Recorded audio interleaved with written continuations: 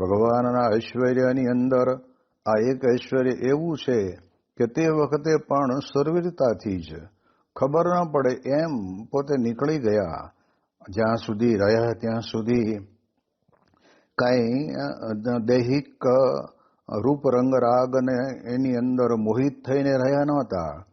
માત્ર ને માત્ર એ બંને દીકરીઓની અને રાજ પરિવારની અંતરની અંદર ગયા જન્મની કંઈક પુણ્ય ઉદય થયા હશે અને એના કારણે કરીને આપણે જાણીએ એ પ્રમાણે એના અંતરમાં રહેલો ભક્તિભાવ એને સ્વીકારતા હશે. અને તે વખતે ભગવાને પોતે નક્કી કર્યું કે હવે મારે આને અત્યાર સુધી તો અસુરોને માર્યા છે પણ આને મારવો નથી, પણ એની સાથે યુદ્ધ કરીને આ યમુનાના ધરામાંથી રમણીક નામના દ્વીપને વિશે એને મોકલી દેવો. અને ભગવાન કદમના ઝાડ ઉપર ચડી અને સીધી ડાય મારી અને એની સાથે અંદર વાતોચીતો કરે છે. તો આપણે એ પણ જાણીએ છીએ કે આવી રીતે ભગવાન એકલા જ, કોઈ બીજું સાથે નહીં. અને ત્યાં સૂતેલી બધી નાગણીઓ હતી કે ભાઈ બાળક તું ભૂલો પડ્યો છું, તું બારો નીકળી જા, અમારો સ્વામી જો હમણાં જાગશે ને તો તને તો સાફ કરી નાખશે. અને ત્યારે તે વખતે કૃષ્ણ ભગવાન પોતે કહે છે કે જગાડ તારા નાથને અમે કોઈથી બીતા નથી. એવું જબરજસ્ત દિવ્ય સુરવીરપણું એમના જીવનની અંદર હતું. અને એના કારણે કરીને કાલીય નાથની ફેણ ઉપર બેસીને ભગવાને બધી જ પ્રકારની નાગણીઓ અને બધી જ પ્રકારની ફેણોને ત્યાં આગળ આ પ્રમાણે બેસીને એ બધાને જેને કહેવાય કે યુદ્ધની અંદર પરાસ્ત કર્યા. અને પછી કગરીને કહેવા લાગ્યા કે કૃષ્ણ હવે અમે શું કરીએ? કૃષ્ણ ભગવાન કે તારા યમુનાના ધરાનો ત્યાગ કરીને જતું રહેવાનું છે. અમે જઈએ તો ખરા પણ રસ્તાની અંદર અમને ગરુડજી અમારો ચારો કરી જાય તો. અને ત્યારે તે વખતના સમયની અંદર ભગવાને કહ્યું કે ગરુડજીને અમે ના પાડશું, તમારો ચારો નહીં કરે. અને જમીન ઉપર ચાલતા ચાલતા રમણીક નામના દ્વીપની અંદર મોકલી દીધા. તો ભગવાનને વિશે આ પ્રકારના ઐશ્વર્યની સાથે એમનું આવું સુરવીરપણું કે કોઈ પણ પ્રકારની બીક એમને લાગતી નહીં.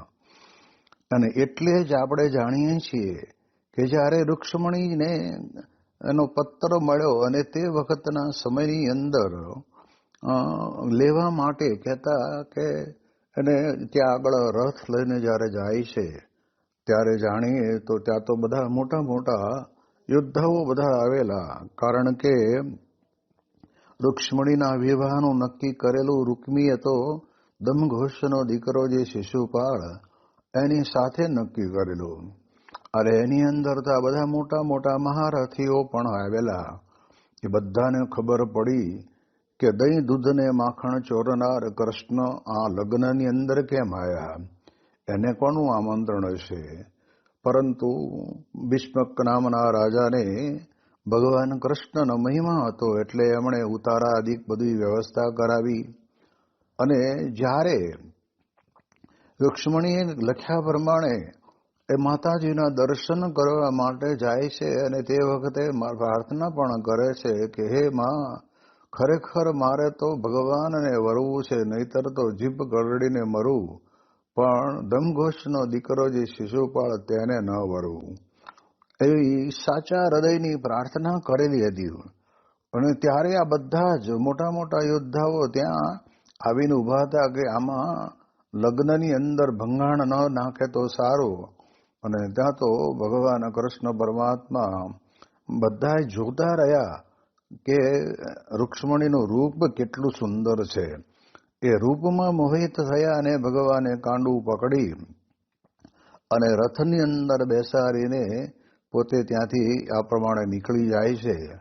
આ પણ એક ભગવાનનું અતિ ઐશ્વર્યની અંદર સુરવીરપણું કહેવાય.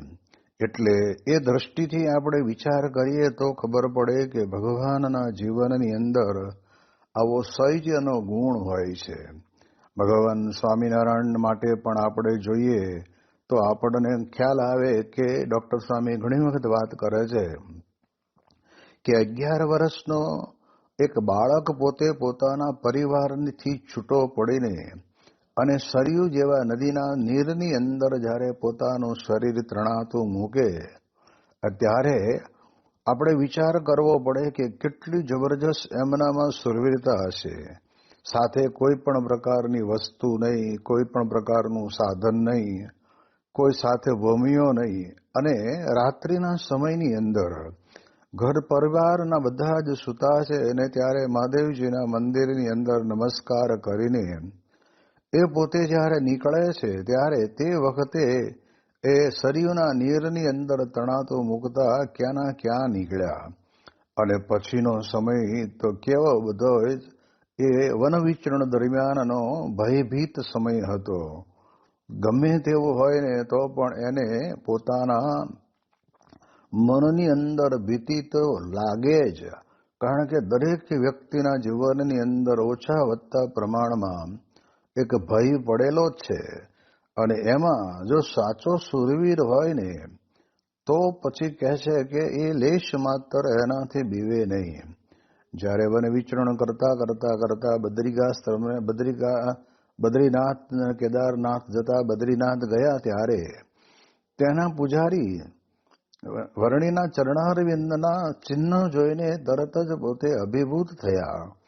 અને ભગવાન સ્વામિનારાયણ કહેતા નીલકંઠ વર્ણી મહારાજની એમણે ખૂબ સારી રીતે સેવા પરિચર્યા પૂજા કરી અને પછી બદ્રીનાથના દર્શન કરીને નીચે ઉતરતા હતા ત્યારે કહ્યું કે ચાલો હવે આ દિવાળીના દિવસો આવી ગયા છે, શિયાળાની ઋતુ આવી છે, એટલે આખા બદ્રીનાથ કેન્દ્રની અંદર બીજું અહીંયા કોઈ નહીં રહે, એટલે આપણે નીચે જઈએ.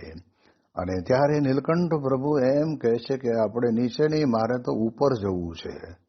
અને ત્યારે પૂજારી પોતે ખરેખર આમ એકદમ હબતાઈ ગયા કે આવા કાતિલ વાતાવરણની અંદર, ઠંડા વાતાવરણની અંદર, જ્યાં શિયાળાની ઋતુની અંદર બદ્રીનાથમાં કોઈ માણસ રહેતું નથી, મંદિરોના કપાટ બંધ કરી દેવામાં આવે છે, એવા સમયે આનાથી પણ ઉપર જશે.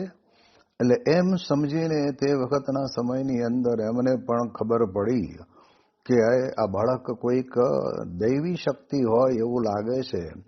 એટલે ભગવાન સ્વામિનારાયણ તો પછી ઉપર ગયા, 4 મહિના રહ્યા, અને 4 મહિના પછી પાછા જ્યારે આવે છે ત્યારે એ પ્રમાણે ભેગા થાય છે. ત્યારે ખબર પડે છે તો જો ભગવાન સ્વામિનારાયણના જીવનની અંદર નીલકંઠ વર્ણીના વેશની અંદર હતા ત્યારે પણ એમને કોઈ પણ પ્રકારે આમ કહેવાય છે કે બીક લાગી નહીં. તારીખ 6 એપ્રિલથી નગરમાં 200 બાય 80 ફૂટના વિશાળ મંચ પર ભગવાન સ્વામિનારાયણના જીવન કાર્યને ધ્વનિ પ્રકાશના સંયોજનથી પ્રસ્તુત કરતો સંસ્કૃતિ ધારા કાર્યક્રમ રજૂ થવા માંડતા વધુ એક આકર્ષણનો ઉમેરો થયો. એક સાથે 6000ની પ્રેક્ષક ક્ષમતા ધરાવતી આ પ્રસ્તુતિમાં જીવંત અશ્વોની ધડબડાટી, આતશબાજીના જણહણાટ, રણભૂમિના હણહણાટ સહિતના દિલધડક દ્રશ્ય જોઈ દર્શકો ઝૂમી ઉઠતા ગુજરાતમાં પહેલી જ વાર થઈ રહેલી આ રજૂઆતથી સૌ હેરત પામી ગયા. આ સમયે 6 દિવસ બાદ સ્વામીશ્રીના હસ્તે દીક્ષા ગ્રહણ કરનારા 200થી વધુ નવયુવાનો પણ સૌ માટે અચરજનો વિષય બનેલા. તેથી શહેરના જાણીતા બિલ્ડર શ્રી નવનીતભાઈ પટેલે તો આ યુવકો સાથે સ્વામીશ્રીને પોતાના ઘેર નોતરી સન્માન્યા. તારીખ 6 એપ્રિલની રાત્રે બનેલા આ પ્રેરક પ્રસંગનું પુનરાવર્તન નગરના સભાગૃહમાં તારીખ 8 એપ્રિલની સાંજે થયું. આ સમયે લાયન્સ ક્લબ દ્વારા પણ સ્વામીશ્રીના દીક્ષાર્થીઓને બિરદાવવામાં આવ્યા. આમ સૌ સમયામાં હેલે ચડેલા ત્યારે સ્વામીશ્રી તો તેથી તદ્દન નિર્લેપ હોય તેમ મહારાજની મૂર્તિમાં રહીને જ સઘળી ક્રિયા કરતા. તેથી ઉત્સવની ભરચક પ્રવૃત્તિમાં પણ તેઓ 7 એપ્રિલના રોજ શ્રીજી સ્થાપિત સ્વામિનારાયણ મંદિરમાં દર્શન કરવા પધાર્યા.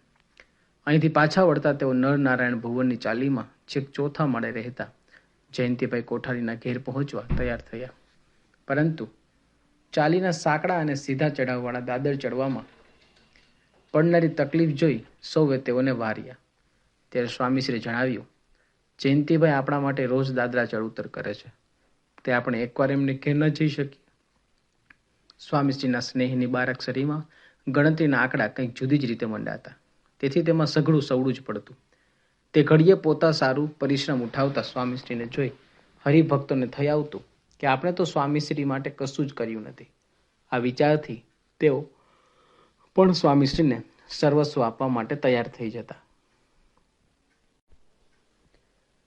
આ ભાવના સાથે સમયાની સેવામાં ઉમટેલા સ્વયંસેવકોની ખાસ સભા તારીખ 8 એપ્રિલની સવારે સ્વામીશ્રીના સાનિધ્યમાં યોજાઈ.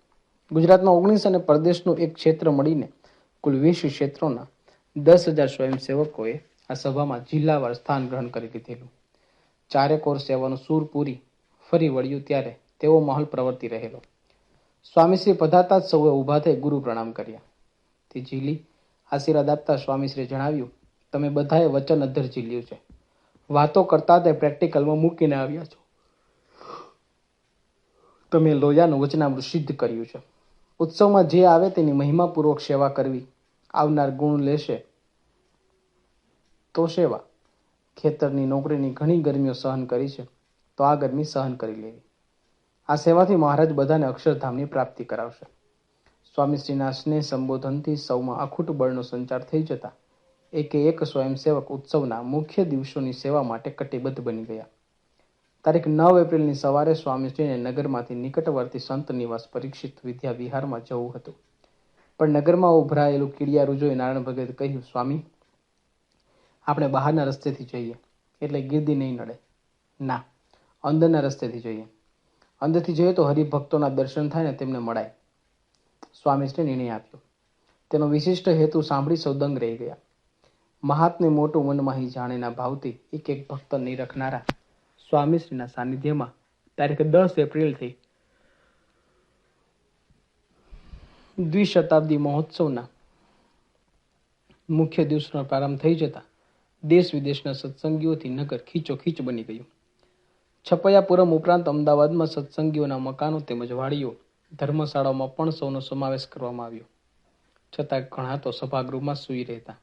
અરે કેટલાક તો નગરની રમણ રેતીમાં શયનાધીન થતા. સૌને બસ એક જ આનંદ હતો, શ્રીજીના સમૈયામાં સમાયાનો. આવા ઉલ્લાસ વચ્ચે સવારે 9 વાગ્યે સહજાનંદ સભાગૃહમાં સમારંભનો શુભારંભ થયો. ત્યારે મહેલ જેવા મંચના મધ્યમાં સલૂણી મૂર્તિ માધુરીની જેમ શ્રીજી મહારાજ શોભી રહેલા.